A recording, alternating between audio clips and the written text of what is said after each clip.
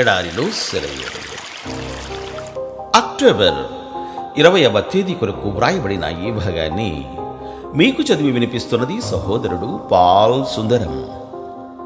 సమస్త జ్ఞానమునకు మించిన దేవుని సమాధానము యేసుక్రీస్తు వలన మీ హృదయములకును మీ తలంపులకును కావలియుండును. ఫిలిప్పీలకు వ్రాసిన లేఖ 4వ అధ్యాయము 7వ వచనం.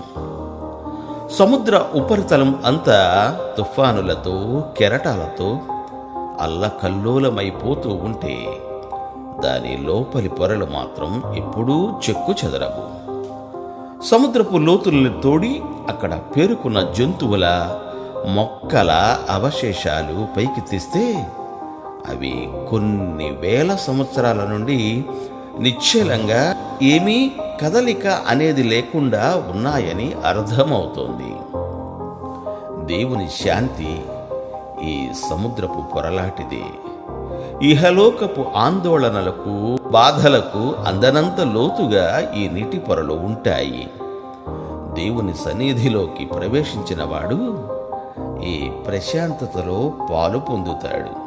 సముద్రంపై పెనుగాలులో రేగుతుంటే, కెరటాల భీకర ఘోషతో ఎగిరిపడుతుంటే, అల్లకల్లోలానికి దూరాన అంతర్భాగంలో నిత్య ప్రశాంతత నిమ్మళంగా నివసిస్తుంది. సముద్రపు లోతులో తుఫాను ఘోష వినబడదు. వెండి చిరుగంటలు మ్రోగుతుంటాయి. తుఫాను ఎంత భీకరంగా ఉన్నా సడలించలేదు.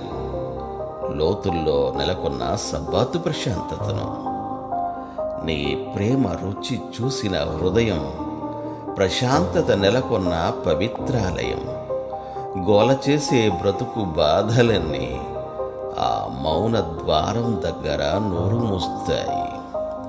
దూర దూర తీరాల్లో మౌన గీతాలు, మౌనంలో విరిసిన ఆలోచన కలువలు, పెనుగాలి ఎంత చెలరేగినా నీలో నివసించే ఆత్మను తాకలేదు.